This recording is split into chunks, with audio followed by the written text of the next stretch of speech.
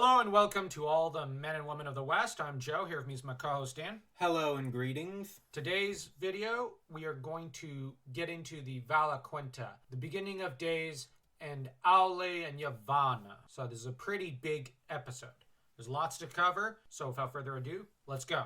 There's talk on page 13 of the hardcover edition I have of Ea being a region vaster than anyone can think of and imagine in the whole of the world, which is pretty interesting. We also learned that there are 7 Valar, 7 Valir, which this latter term means the queens of the Valar, and there's 7 also. Manwë seems to know Eluvitar's mind the best. This is commented on page 14. Varda's known as the Lady of the Stars. And I know I just covered quite a bit, but we're going to get into the identities of the Valar and details about them. This is essentially going to be a character-based video and analysis of each of the Valar. That way we get this done sooner rather than later. A video analyzing Morgoth will come later down the road. Varda, the Lady of Stars, is in some ways almost a metaphysical power behind the throne of Manwë. He doesn't see quite so far as he does when Varda's around. When I think about the eagles as just being his avatars and him operating through them, I come to like Manwë. If you think of Manwë as operating through his eagles and helping mortals through them, that signifies that he is helping. He is lending his assistance. So I really find I do love him when I read Manwë from that point of view. It's a complicated outlook that I have on Manwë. Sometimes I like them, sometimes I don't. I read stories from different points of views and in different ways every time so that I could try to expand how I think. That's what a lot of these videos on this channel are about. What's also interesting about Varda is, as the Lady of the Stars, she is a favorite of the elves, who call her Elbereth. Ulmo is the Lord of the Seas and the second mightiest, it seems, in rank of the Valar. I might rank him as probably the most powerful in raw power. I actually think he could kick Manwë's rear. Manwë's not much of a fighter. Ulmo is. And there's not much Manwë's little eagles and air can do against the mighty Wrath of the sea. Ulmo, though, is my favorite Valar. He's oftentimes the favorite of everyone, because he's the one who said, I'm in it from the beginning, and I'm all in. We have a duty. Difference between him and many of the other Valar is I can't help but think there's a bit of a bemusement towards mortals and an attitude of, not our problem. Well, it will be your problem when Morgoth gets to you. Once he's done with Varda, he's going to go for you. And this is not something that the Valar, a lot of them, really understand or grasp. There's a reason why Ulmo doesn't really care to go and meet up with his brothers and sisters. No, he doesn't, because he sees the problems. He knows there's a growing problem, and that the more powerful Morgoth grows, the more this is a problem for the Valar. But they don't realize this. In a lot of ways, the difference is between someone who's quick-witted and people who are very slow-witted in a way here. Ulmo is very quick to detect a problem. A lot of his siblings are very slow on picking up on these details. That's one way of reading it. Another way of reading it is, and this was proposed by Tolkien in Morgoth's Ring, when he was trying to understand why the Valar were so slow to react and retaliate, he proposed a theory that they're very manipulative. That the idea is for Morgoth to continue marring Arda and disseminating his essence into the whole of Arda, which blackens it further and makes life harder for mortals, in order to weaken Melkor enough so that they can take him down, using mortals as essentially pawns in this cosmic chess game. This is a fascinating way of reading. Now, on the other hand, it means that in some ways they're not really caring like they should about mortals. So there's problems, but there's a good middle ground between the two reading positions that you can probably find where the Valar are caring enough and you have, in turn, they are clever enough. But it's just very frustrating sometimes reading the Valar and just knowing how powerful they are, but how slow they are to react to a problem. Because the problem is the problems in Arda often mushroom, and it's always Ulmo who warns them, we're on the verge of losing control here, and they never listen. They let it mushroom out into a catastrophe when they could have dealt with it sooner or in other ways. But if you read The Lord of the Rings, you know that they figured out the perfect means by which to fight the war, so to speak. They figured out the solution to this kind of problem, the problem of Morgoth or Sauron by then, and they've mastered it. And more on that when we go to do a Lord of the Rings book club. Now, right before the creation of Valinor, Ulmo and Manwë were apparently really close chums. After the creation of Valinor, Ulmo just lost interest in visiting. And it's said that the trumpets of Manwë are strong in sound, but the voice of Ulmo is the deepest in all the world. That his voice is as profound as the depths of the sea. That means that if you want someone to voice him, it has to be James Earl Jones. Mm-hmm. At least I imagine his voice when I read Ulmo speaking in the Fall of Gondolin. That when Tuar goes out to sea, he hears James Earl Jones. Oh, man. He has to live long enough to voice Ulmo in an animated Fall of Gondolin story. Just a quick question. Hmm? We're talking in Mufasa's voice, correct? Sure, what difference does it make between that and the Darth Vader or Thulsa Doom voice from Conan? They're all deep, they all rock. Look to the strength of your body. I did that. Oh, man. Him and Conan, he was perfect. That said, we've got the narrator admitting that Ulmo adores elves and humans. We also have the information of the Ulumurai, which is the horns of Manwë. Now, amongst the fans, there's often talk of how much damage Owley has inadvertently done to mortals. And I'm actually going to say I kind of feel that a lot of people come down too hard on Owley. I know he messed up when he trained certain individuals, or when the Noldor misused a lot of his gifts, or when you've got the fact that Saruman was a pupil of his, and look how foul him and even his other pupil, Sauron, turned. If Owley had not been around, how would those who fight against Sauron and Saruman even be able to fight them? I'm going to propose the theory. It's, the idea that because of Owley, everyone developed the skills in order to build, for example, Silmarils or the One Ring. I'm going to propose they would have still done it. The difference is Sauron would have taken longer. And by the time he finished the One Ring, the elves would be on the way out. You wouldn't have Elendil or Isildur there to stop him. So the heirs of Numenor would have already faded, as the elves would have. So Sauron's dominion would be unchallenged. No Owley means the good guys don't have the tools to fight the bad guys, so to speak. That's a very oversimplified version. Plus, no dwarves. Yeah, no dwarves to forge any of the great swords, such as Narsil, or reforge Narsil into Aragorn's sword. You've got none of the mithril armor that shielded the likes of Bilbo and Frodo. You don't have Sting. Without Owley to teach the dwarves and the Noldor how to make what they make, there's no story, almost. The bad guys, the Dark Lords, win. I'm just saying, let's not be too hard on Owley, especially as he's the one who invented smithing, mining, even embroidery. He's the one who invented almost every art imaginable, and he put his heart and soul into it and into making life better and more tolerable. This is something to be respected about. He always remained loyal to Eru's vision, unlike Melkor. One thing to bear in mind is that Melkor was a smith. Melkor would have probably already given to his side all the weapons needed. Without Owley, there's no way to fight Melkor, and Morgoth would reign over Arda unchallenged. Owley was key here. Yes, he taught Fëanor, and that caused a huge mess. On the other hand, it's thanks to Owley that the Noldor knew to forge Ringil, Fingolfin's sword, which ended up wounding and crippling Morgoth. There's so much that Owley contributed. He's basically the good smith. The forces of good and evil did need his talents, but there was a greater good that came from his gifts, I would argue. Yavanna is Owley's wife, and she adores anything that grows out of the earth. And I have mixed feelings about Yavanna. She strikes me as a little short-sighted at times, and she's the next in rank to the Valyr, to Varda. Yavanna also is always clothed in green, and she's surnamed Kementari. She ends up growing her trees when she sees what Eluvitar allowed for Owley, and I want plants to be able to defend themselves against the encroachment of men, elves, and dwarves.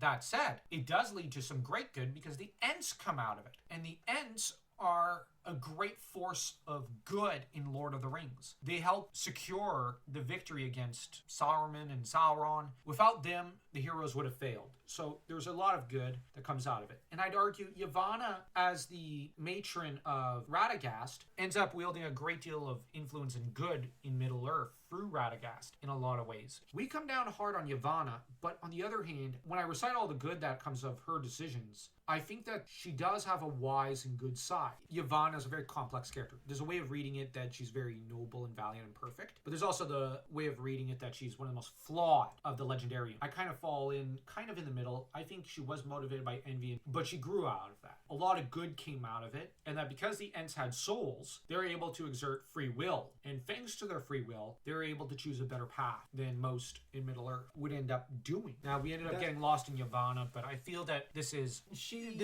fits with where we're at in this discussion. We'll be moving away from Yavanna in a little bit. She was fascinating. I mean, you mentioned she goes Manway. And she forms an alliance with him. Okay, your eagles can land on my trees. She's one of my favorite Valar just because of how complex she is. I like reading her as very imperfect. She's one of my favorite female Valar. I don't know, her and Nienna, I can't really decide which one I like more. Or her and Elbereth, it's just hard to decide between the three. Then we get to the Thea Turi, the master spirits that become known as Mandos and Lorien.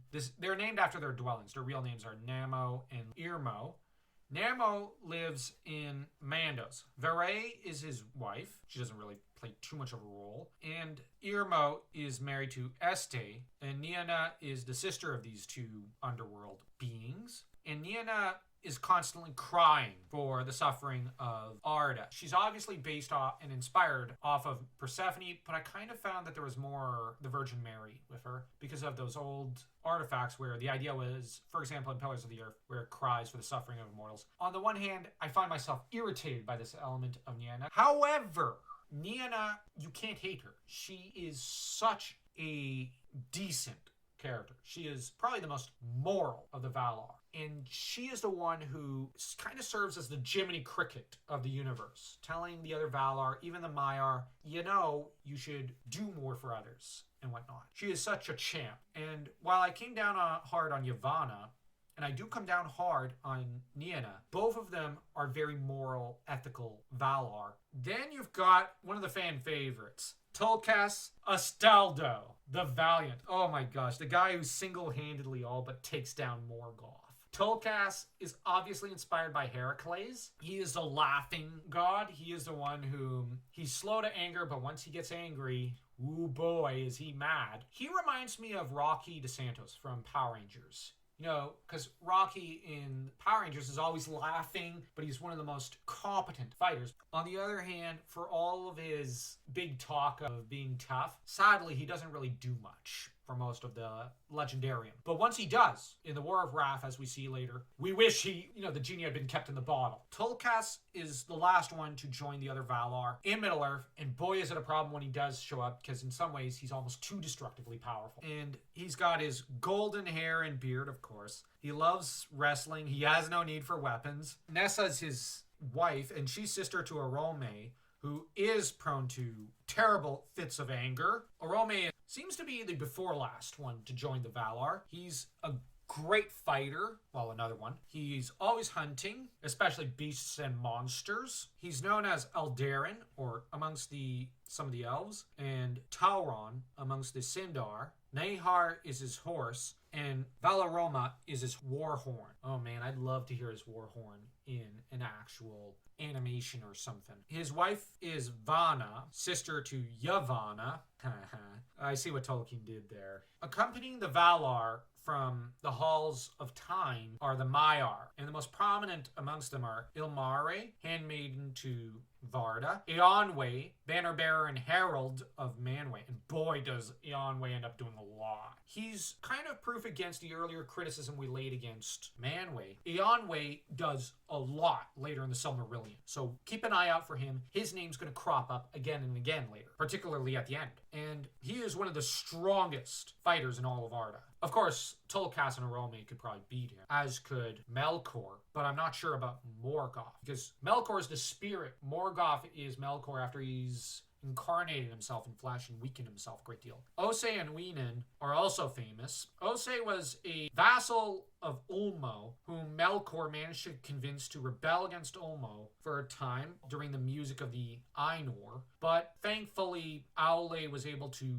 talk to Uinen, whom is wife to Osei, into getting Osei to finally toe the line again. Other noteworthy Maiar are my favorite Maiar, Melian, who serves Vanna and Este, and she dwelt for a while in Lorien. The wisest of the Maiar, though, is Alorin. Boy, is he wise. Most who've read The Lord of the Rings or The Hobbit know him as Gandalf. Of course he's the wisest. He's Gandalf. Alorin, though, is responsible for going amongst mortals, especially elves, and inspiring hope amongst them. He's essentially a deity of hope, which makes him very important and very cool. I really like him. He's probably my second favorite of the Maiar. Sometimes I find I like him the most. It's hard to decide between Lorien and Melian. They're such great characters. As for those Maiar who followed Melkor, many of them became known as the Raukar, or Balrogs, spirits of fire and darkness. Then there's Gorthor the Cruel, who became known as Sauron. And Sauron once served Aule.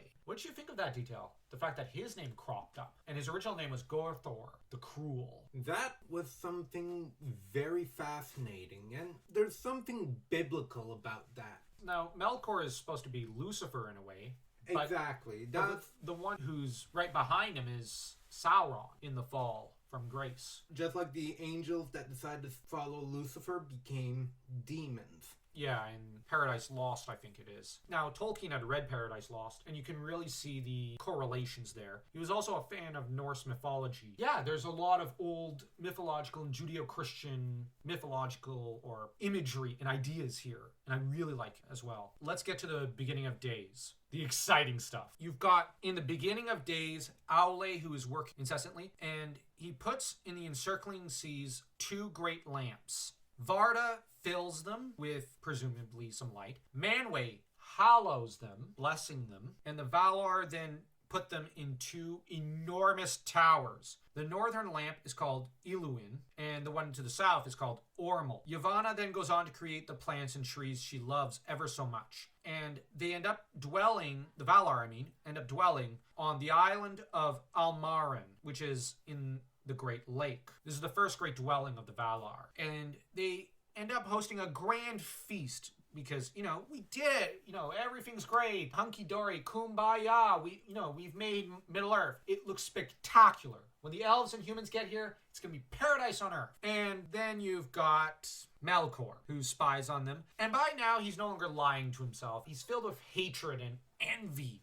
And he climbs over the great walls of night with his vast fallen Maiar host that the Valar don't see. He rides into Arda. Far to the north, he constructs the great fortress of Utumno. That's when things really start to turn foul. The spring of Arda, as it's called, is marred when Melkor comes down to Middle-earth. Green things rot, rivers are choked out by weeds, slime and fens are made rank and poisoned, and beasts become monsters, which alerts the Valar to the presence of Melkor. Melkor, of course, casts down the lamps, kicking them down like a child with another person's sandcastle, because it's just a kind of brat he is, and flames pour over all of the earth, wrecking everything, which I can understand why Yavanna would say, I want my trees to be able to defend themselves after that, because you gotta bear in mind, a part of her goes into all the trees that she makes. So she might have, on some level, felt those flames burning them all, and this traumatizes her immensely. By the second time I read that part, I honestly felt like, ooh, poor Yavanna there, poor girl.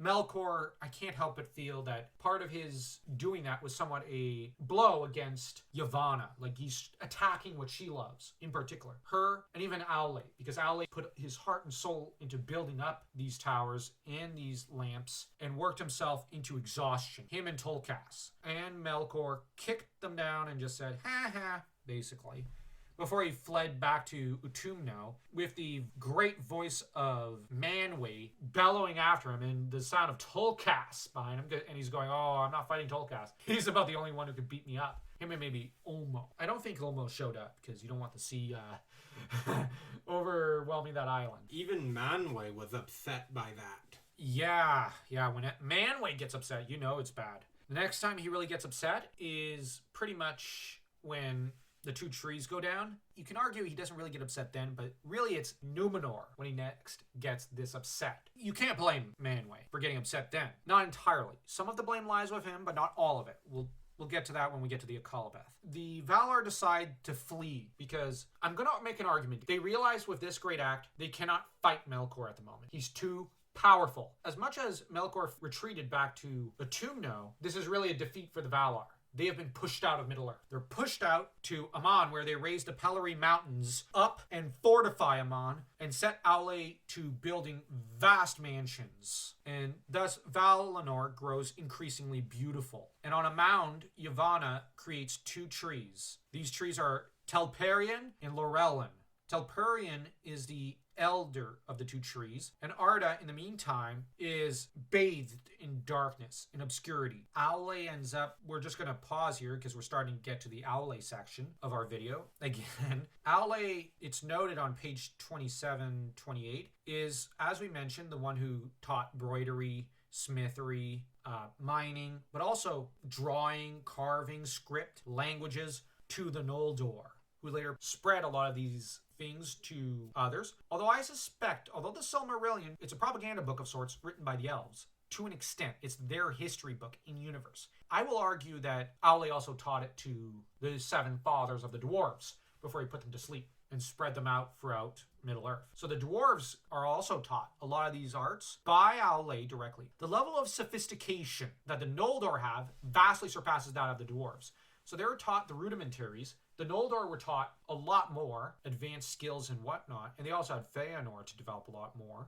And those techniques that have been advanced by Aule in the interceding centuries between the rest of the 7 fathers and their first contact with the elves, or the Noldor elves, there's a lot of techniques that have been advanced. So there is that detail. What's interesting is that Yavanna is the one who urges the Valar to declare war on Melkor. She basically says, what are you doing? Elves, the humans, the dwarves, they're gonna need you to defend them. They can't defend themselves against Melkor right now. And you basically have the Valar go, yeah, but he's scary looking. Okay, get out there and do your job. That's essentially Yavanna doing that. So we criticized her earlier, but it's to praise her here because I'm going to actually make an argument. The Aule and Yavanna chapter is misplaced. It should have come probably before the chapter of the beginning of days, because by this point, I think that the 7 fathers do exist and they are laid to rest, but we'll get to them in a minute because we've got to do this mostly in the same order that it is in the Silmarillion. But this is the only point that I disagree with Christopher on very strongly. Aule and Yavanna should have come before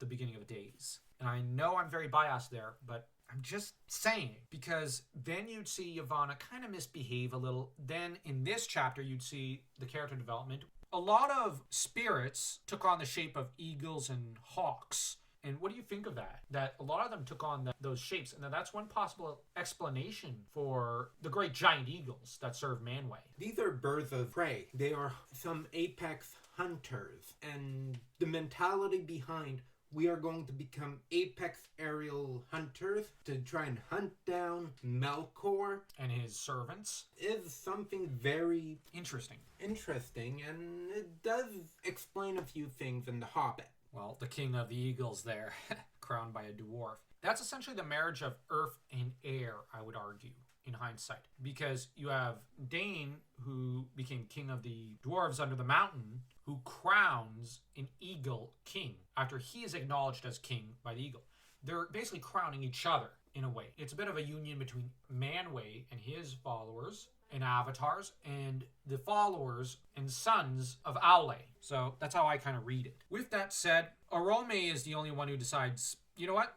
I'm going out there. I'm going to comb the forest. I'm going to search names and I'm going to name... I'm going to search everywhere for these elves and I'm going to hunt down all the monsters of darkness I can find. It's now at this point that Eru Eluvitar, pondering the mortal realm, it seems, at some point in succeeding centuries, decides to give the elves a lot of gifts. But then he decides to reserve one very special gift for the Atani humans, the gift of Eluvitar, death. The ability to die and go to his hall, essentially heaven. He reserves 2 very different fates for elves and men. The idea is that elves, when they die, and they can only do so when killed by violence, when they grow weary after typically maybe 10,000 years, or they just will themselves to die, typically of grief. Elves, when they die, go to the halls of Mandos. Once there, they need to earn the forgiveness of those they've wronged before they can be reincarnated. And even then, they need the permission of Mandos to go back to resurrect. And there's a lot of rules and pertinent ideas in there that's in the history of Middle-earth that are fascinating, as well as in the nature of Middle-earth. We're not going to get into that in this video. That'll be for a later video, because I could talk about it all day. I love it. Men will be given a special position at the end of the world. After the final battle, they will get to sing in the second music of the Ainur, which recreates Arda and unmars it of the damage Melkor has inflicted upon it. On to of Aule and Yavanna. We already covered Yavanna. Aule creates the seven fathers because he gets impatient with waiting for the awakening of elves and men and decides, I'm going to make something. But then it gets creepy because they can't move, think, or behave without his puppet strings, so to speak. And that's very creepy to think of people controlled that way. He's caught by Eluvitar, who asks him, what have you done? I didn't give you permission to do this. But then Aule immediately repents. He's not like Melkor. He goes, really wanted to create and share all that I know with mortals. I'm sorry. Forgive me. I'll destroy them. And it's as he's raising his hammer with tears in his eyes because he truly came to love his creations. But once he realizes they can't think or behave without his conscious thought, he knows this is a perversion against nature. So he breaks down crying. And it's when he's crying and when he shows this humility, the willingness to still destroy what he loves for Eluvitar, that Eluvitar... The text says Eluvitar decides to spare them. I think that it's when the dwarves actually snap to life fully, start going, no, wait, no. And they immediately start begging for their lives and begging for pity. And Eluvitar seeing that the dwarves, if given an inch, can be very similar in nature in that they have free will. They do want to live, much as elves and humans might have begged in that moment. You know, I gave them an inch. I gave them enough that if they beg for their life, they'll... And it's not cold. I think Eluvitar was trying to give them a chance. Like, okay, let's give them an inch. Ask what they think. And they go, no, we don't want to die. Please don't kill us, to their god. And Aule's stopped before he can do any real damage. And Eluvitar says, I'll give them full souls. Don't touch them, and I will adopt them. Now, your kids and my firstborns will often run into trouble because your kids are like you. They'll love what they create with their own hands the most. They are going to be very stubborn because they're made from pretty much under the mountains and whatnot. There's going to be some rivalries there. And I've seen people say it's a curse that Eluvitar lays down. I think it's more a prophecy. Eluvitar is predicting, there's going to be some rivalries here. It might sound weird, but I think Eluvitar does have some favor towards the dwarves. He does like them because he gives them a lot of perks. And I'm going to get to the perks in a minute. But for now, you have Aule, who spreads the seven fathers to the far-sundered places, as it said, of Arda, or in Arda, I mean. He returns to Valinor immediately afterwards to await the firstborn, and he never again defies Eluvitar. But the dwarves are made strong, endurant, and obstinate, but fast in friendship and in enmity, it's stated. They endure hunger, toil, and pain far better than any other race. And in death, the elves, this is where you can see a bit of the bigotry, claim the dwarves return to the earth in stone. They don't go up to heaven, so to speak. They don't go to the halls of Mandos. There's nothing left afterwards. Haha, you don't have a soul. But this is where we get a sense that there are other authors later in the writing of the Silmarillion, the Red Book, who end up correcting that. Because I can't help but think that maybe Bilbo corrected here, or Elrond, because Elrond got to know a lot of dwarves, that there was a correction made to the text long after Gondolin, because the first historian in universe that's writing the Red Book is from Gondolin. I think that it's him who writes down, they don't have souls, they just return to the earth, screw dwarves. But that generations later, you have the likes of historians in Elrond's halls, or at Gil-galad's court, because Gil-galad forged a few alliances with dwarves. You get the mention that the dwarves will be involved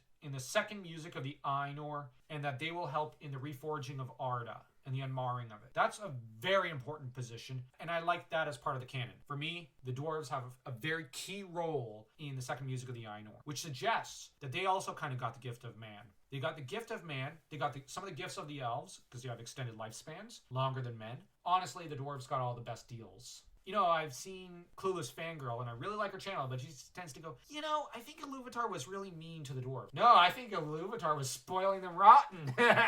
I think that he spoiled them rotten and said, these are my favorites.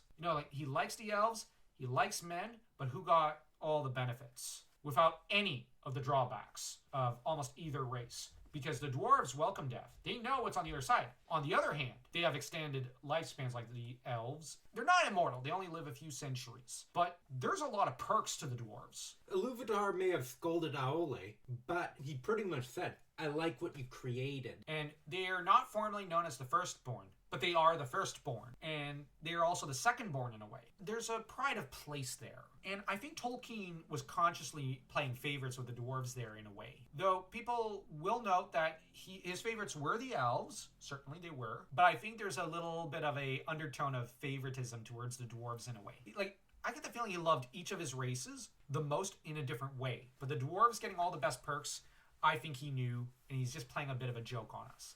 What else is there to say other than Yavanna apparently sings trees and plant life to life? So she's essentially a Disney princess goddess. I had to crack that joke. I've been holding it in for a while. What did you think of these couple of chapters? It did take me a bit of time to read them and truly get to know who did what. And personally, part of it felt a little repetitive. And dry? Yeah. That was the term you used earlier. Yeah. When I got to Aole and Yavanna, I actually really liked that chapter. Okay. I enjoy that chapter because we get to see all the imperfections of Yavanna, and I like her being imperfect. I don't want her perfect. Honestly, I really like some elements of Beginning of Days. I love when the two lamps are kicked down because that's a huge piece of action in the story. But there are dry spots. But I don't know, I have Stockholm Syndrome because it's your fourth time reading these stories, you are obsessed with them and they are perfect in your eyes, no matter how dry they might admittedly be. So, I don't know. How would you rate them? It's more of an introduction to the various deities and whatnot. I don't know how to rate them. All right, no problem. You don't have to if you don't want to. Aole and Yavanna, 2.5. How dare you rate it below a 3? Really? Did Tolkcasts come by and take a good punch at your noggin while I wasn't looking? Yes, Because you're not speaking sense. Yes, it did. A 3. Dear Lord, anything below a 3. It's a great story. It is. I love the creation of the dwarves. It's creepy for a while, but then it becomes very sentimental. And I like that sentimentality. And we get to know both Aole and Yavanna. These chapters, I love the intro of Tolkcast. Like, he comes down almost like not a dark cloud, but like a huge weight upon the world. He's just such a lovable lug. I know when you described the entire party earlier, I couldn't help think of the Disney animated movie Hercules, where here it is, you have all the deities. Oh, new son is born, let's have a party, and then Hades shows up. So if you enjoyed this podcast, don't forget to smash that like button and that subscribe button, like your Melkor knocking over the twin lamps at the dawn of time.